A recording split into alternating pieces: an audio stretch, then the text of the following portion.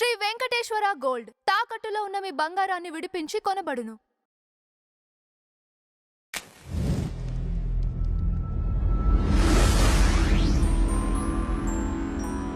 Madam నమస్తే. నమస్తే madam, air web సిరీస్కి సంబంధించి డైరెక్టర్ సందీప్ రాజ్ చిక్కుల్లో చిక్కుకున్నాడనే చెప్పాలి. అందరికీ ట్విట్టర్ వేదికగా క్షమాపణ చెప్పడం కూడా జరిగింది. అయినా సరే ట్రోల్స్ ఆగటం లేదు. ఆ సీన్ని కూడా ఆ సిరీస్ నుంచి తీసేశారు అని వింటున్నాను. ఎందువల్ల అంటే ఇప్పుడిప్పుడే కొంచెం ఈ కుల వ్యవస్థ కానీ లేకపోతే ఏవైతే ఉన్నాయో ఈ క్యాస్ట్ ఫీలింగ్స్ కొంచెం తగ్గుతుంది అని అనుకుంటున్న టైంలో మళ్ళీ వెబ్ సిరీస్లు సినిమాలతో రెచ్చగొట్టే ప్రయత్నం అనుకోవచ్చా? ఏమనుకోవాలంటారు దీన్ని? అక్కడ అతనికి మనసులో పలానా కులస్తుల పైన అతనికి ఒక కోపం అనండి, ఎక్కడో అతని అహంకారం దెబ్బతింది, అతని ఇగోని దెబ్బతీసింది. అయితే దానికి ఆయన పూర్తిగా ఆ కులం మొత్తాన్ని గంపగుత్తగా తిట్టే ప్రయత్నం చేశాడు. అది మామూలుగా ఏదో నలుగురున్న గ్రూపులోనో లేకపోతే సినిమాలో ఏదో ఒక చిన్న సన్నివేశంగా పెట్టడమనో ఏదోలాగా కాకుండా ఆ ఉద్దేశంతో ఒక వెబ్ సిరీస్ తీశాడు అంటే అతను ఎంత కరుడుగట్టి ప్రస్తుతం ఒక కులం గురించి అతను అంత వ్యతిరేకంగా మాట్లాడుతున్నాడు అంటే అతనికి చాలా బలమైన ఆలోచన విధానం ఉందని మనకు అర్థమవుతుంది. ఎయిర్ ఆల్ ఇండియా ర్యాంకర్స్ అని పేరు పెట్టి వెబ్ సిరీస్ తీశాడు. దాంట్లో ఒక బ్లాక్ బోర్డు పైన చౌదరి అనే ఒక మాటను రాసి దానిలో వచ్చే అక్షరాలు ఏవైతే ఉన్నాయో ఫస్ట్ సి వస్తుంది, తర్వాత HOW ఉంటుంది, హౌ, దరి వచ్చేసరికి ఆ డేర్ లాగా మార్చి హౌ డేర్ అని. అంటే అతను నిజంగా మొత్తం అతను చెప్పదలుచుకున్నది కూడా చెప్పలేకపోయాడు. ఎందుకు వ్యతిరేకిస్తున్నావు? ఇప్పుడు ఒక విషయాన్ని సపోర్ట్ చేయడానికి పెద్ద విషయం అక్కర్లా, వ్యతిరేకించడానికి చాలా బలమైన కారణాలు ఉండాలి. నేను ఎప్పుడు చెప్తుంటా, దేవుణ్ణి ఆరాధించడానికి, మతాన్ని నమ్మడానికి నమ్మకం అనేది ఒకటి ఉంటే చాలు, ఇంకేం అక్కర్లా. కానీ దేవుడు లేడని చెప్పడానికి, నేను ఆచరించను అని చెప్పటానికి చాలా భావజాలం కావాలి, చాలా కారణాలు కావాలి, బలమైన కారణాలు ఉండాలి దానికి.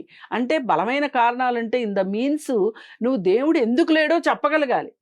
ఉన్నాడని చెప్పటం పెద్ద కష్టమైన విషయం కాదు, లేడని చెప్పడానికే చాలా కష్టం కావాలి, చాలా ఎక్సర్సైజ్ కావాలి, చాలా ధైర్యం కావాలి. అంటే ఇతను దీన్ని మనం ఇక్కడ అప్లై చేసుకుంటే అతను ఒక ఆ కులానికి సంబంధించి ఒక ద్వేషాన్ని మనసంతా నింపుకుని దాన్ని స్ప్రెడ్ చేయడానికి అతను పడిన తాపత్రయం అంతా ఇంత కాదు. అంటే ఒక వెబ్ సిరీస్ తీసేంత అసలు ఎందుకు అతను అంటే అతను ఓపెన్ అయ్యి అతనికి ఎవరైనా కమ్మ కులస్తుల చేత అవమానాలు పడ్డాడా, మోసగించబడ్డాడా, లేకపోతే తనకి బాగా కావలసిన వాళ్ళు కానీ తనకు తెలిసిన వాళ్ళు కానీ ఏమైనా మోసపోయారా, ఇవన్నీ ఏవో కారణాలు ఉండుంటాయి అతనికి. ఒకప్పుడు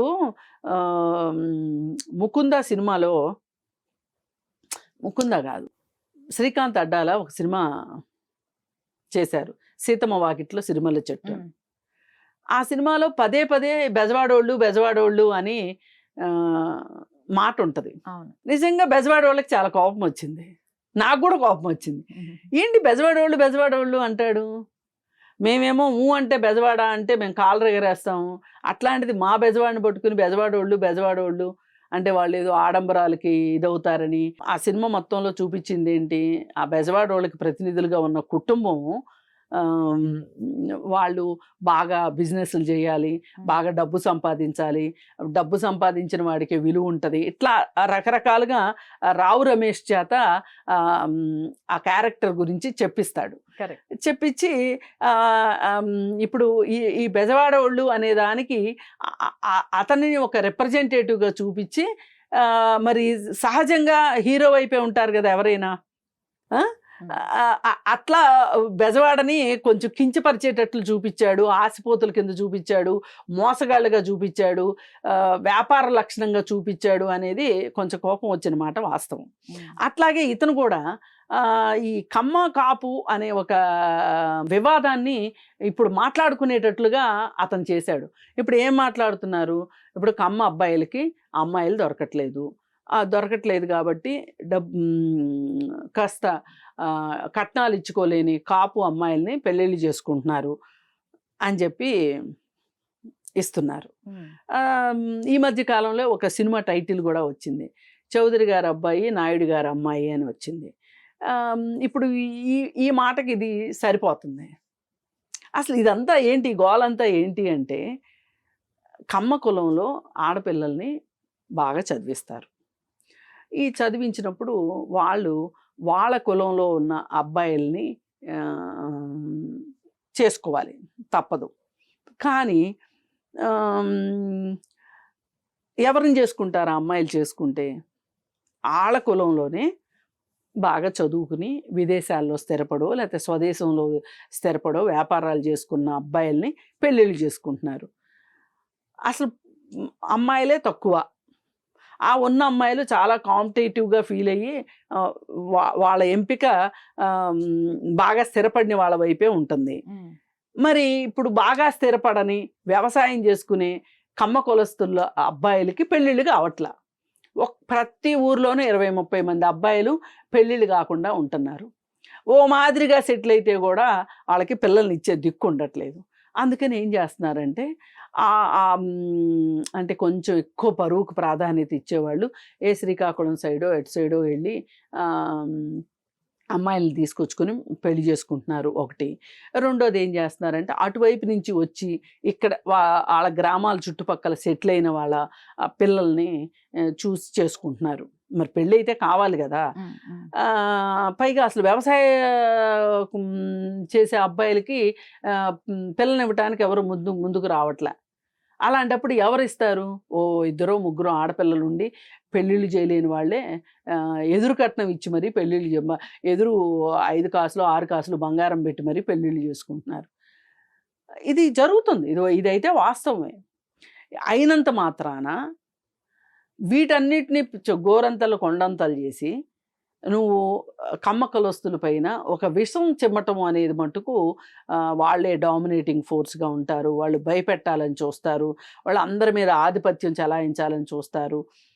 ఇవన్నీ ఒక చర్చ తీసుకొచ్చాడు ఇతను. పైగా ఇప్పుడు ఇక్కడ కూటమి ఉంది, చంద్రబాబు నాయుడు ఒక కులానికి ప్రతినిధి అని అనుకుని, అలాగే పవన్ కళ్యాణ్ ఇంకొక కులానికి ప్రతినిధి అనుకుని, అసలు వీళ్ళిద్దరి మధ్యలో ఉప్పు నిప్పులా ఉంటాయి ఈ 2 కులాల మధ్యలో. నిజంగా కూడా కొన్ని జిల్లాల్లో అసలు ఆ 2 కులాలకు అసలు పడదు. ఇప్పుడంటే హత్యలు తగ్గిపోయినాయి, కానీ అంతకుముందు కొట్లాట్లు, తనుకోటాలు, తలల బగలు కొట్టుకోటాలు నాన్న గందరగోళం కింద ఉండేది. ఎవరన్నా పొరపాటున కనుక ఈ ఇంట్లో అమ్మాయి ఆ అబ్బాయినో, ఆ ఇంట్లో అబ్బాయి ఈ ఇంట్లో అమ్మాయినో చేసుకుంటే ఇక వాళ్ళని ఎంత హెరాస్ చేసేవాళ్ళు, బాగా పట్టుదల ఉన్నోళ్ళు చంపేసేవాళ్ళు కూడా. ఇవన్నీ మామూలే. గోదావరి జిల్లాల్లో చాలా ఎక్కువగా ఉంటుంది అది. కృష్ణా గుంటూరు జిల్లాల్లో కూడా అదే పరిస్థితి ఉంది. కానీ కాలంతో పాటు ఇప్పుడు చాలామంది మారుతున్నారు. అలాగే ఉన్నారు అనుకోవడం కూడా తప్పు. అయితే ఇక్కడ కలిసి వచ్చిన అంశం ఏంటి అంటే, ఇప్పుడు కమ్మ సంఘాల వాళ్ళు దుమ్మెత్తి పోస్తున్నారు ఈ సందీప్ రాజ్ని. దుమ్మెత్తి పోస్తే అతను కూడా ఒక రకంగా ఇంత రెటాట్ వస్తుంది అని చెప్పి అనుకోక, అంటే ఇంత రియాక్షన్ వస్తుంది అని అనుకోక చేశాడు. చేసి కొన్ని సీన్లు తీసేశాడు. బహిరంగంగా ట్విట్టర్లో సారీ కూడా చెప్పాడు. కానీ కమ్మ సంఘాల వాళ్ళు ఆగ్రహం చూపిస్తున్నారు, స్టేట్మెంట్లు ఇస్తున్నారు, గందరగోళం చేస్తున్నారు. వాళ్ళు కూటమి కమ్మ సంఘాల వాళ్ళు. ఇది ఏమైపోయింది, ఇంకొక రకం చిచ్చుకెళ్ళింది. ఇప్పుడు జనసేన పార్టీ వాళ్ళు అతనికి సపోర్ట్ ఇస్తున్నారు. అలాగే అసలు ఈ ఇద్దరి కలయికని ఓర్చుకోలేని, తట్టుకోలేని ఇంకొక సామాజిక ఇంకొక పార్టీ ఉంది ఇక్కడ, అది వైఎస్ఆర్ పార్టీ. వైఎస్ఆర్ పార్టీకి ఇప్పుడు కన్నుల పండుగగా ఉంది. అసలు వీళ్ళిద్దరి మధ్యలో వారు వస్తే, వీళ్ళిద్దరూ తన్నుకుని చేస్తే, ఈ కూటమి ముక్కలైపోతే 29లో మాదే అధికారం అనే ఫీలింగ్లో వాళ్ళు. అంటే ఇప్పుడు ఇల్లు కాలుతుందయ్యా అంటే పేలాలు చేసుకుందాం అనుకునేవాడు ఒకడు ఉంటాడు అన్నట్లు ఇప్పుడు వైసీపీ వాళ్ళు ఆ పనిలో ఉన్నారు. ఈ జనసేన వాళ్ళు ఏంటి అంటే ఇప్పుడు ఇదేదో ఒక మన మైత్రికి సంబంధించిన గందరగోళం అవుతుందేమో అనే ఒక ఉద్దేశం లేకపోకుండా వీళ్ళిద్దరూ పోట్లాడుకోవడం, వీళ్ళిద్దరూ పోటాపోటీగా స్టేట్మెంట్లు ఇవ్వడం, ఇది ఏది ఏమైనప్పటికీ వాస్తవాలు కొన్ని ఉన్నప్పటికీ కూడా ఇలాంటి వాతావరణం మంచిది కాదు. ఏది ఏమైనా సినిమాల్లో కావచ్చు, వ్యాపారంలో కావచ్చు, వ్యవసాయంలో కావచ్చు, నంబర్ తక్కువ ఉన్నప్పటికీ కూడా ఏది జనాభాలో పర్సంటేజ్ తక్కువ ఉన్నప్పటికీ కూడా కమ్మ సామాజిక వర్గం వాళ్ళు పైచేయిగా ఉన్న మాట వాస్తవం. ఓకే. సినిమాల్లో, రాజకీయాల్లో, వ్యాపారాల్లో, వ్యవసాయంలో. మరి కానీ ఇప్పుడు వాళ్ళే చేస్తారు అనే దానికి కూడా సరిహద్దులు చెరిగిపోతున్నాయి. ఈ మధ్యకాలంలో బాగా డబ్బులున్న కుటుంబాల్లో కూడా ఇంటర్ కాస్ట్ మ్యారేజ్లు బాగా జరుగుతున్నాయి. అప్పుడు ఇంకా క్యాస్ట్ ఎక్కడి నుంచి వస్తుంది చెప్పండి? ఒప్పుకుంటున్నారు కదా పేరెంట్స్ కూడా. అవి ఒక రకంగా పాతుకుపోయి ఉన్న భావాలు అయినప్పటికీ కూడా చలామణి అయితే తగ్గింది. ఈ సందర్భంలో ఇట్లాంటి పరిస్థితుల్లో ఇతను మళ్ళీ ఆరుతున్న నిప్పుని ఎలిగించినట్లు ఇలా వెబ్ సిరీస్లో అంటే ఎక్కువ మంది చూస్తారు అనే ఉద్దేశమా, లేకపోతే అతను వెనక ఎవరన్నా ఉండి తీయించారా అనేది కూడా ఆలోచించాల్సిన విషయం. ఇప్పుడు వైసీపీ వాళ్ళు వెంటనే వచ్చి చలిగాసుకుంటానికి వచ్చేసారు అని అంటే ఏమో అతను వెనకమాల వాళ్ళు ఉన్నారేమో వైసీపీ వాళ్ళు మొదటి నుంచి వీళ్ళిద్దరి మైత్రిని ఒప్పుకోవట్లేదు కదా, వీళ్ళు వ్యతిరేకిస్తూనే ఉన్నారు కదా ఈ ఇద్దరిని. సింహం సింగిల్గా వస్తుంది, అసలు వీళ్ళిద్దరిని విడగొట్టడానికి చాలా ప్రయత్నం చేశారు కదా. అసలు వీళ్ళిద్దరూ కలిసి ఉండి పోటీ చేస్తే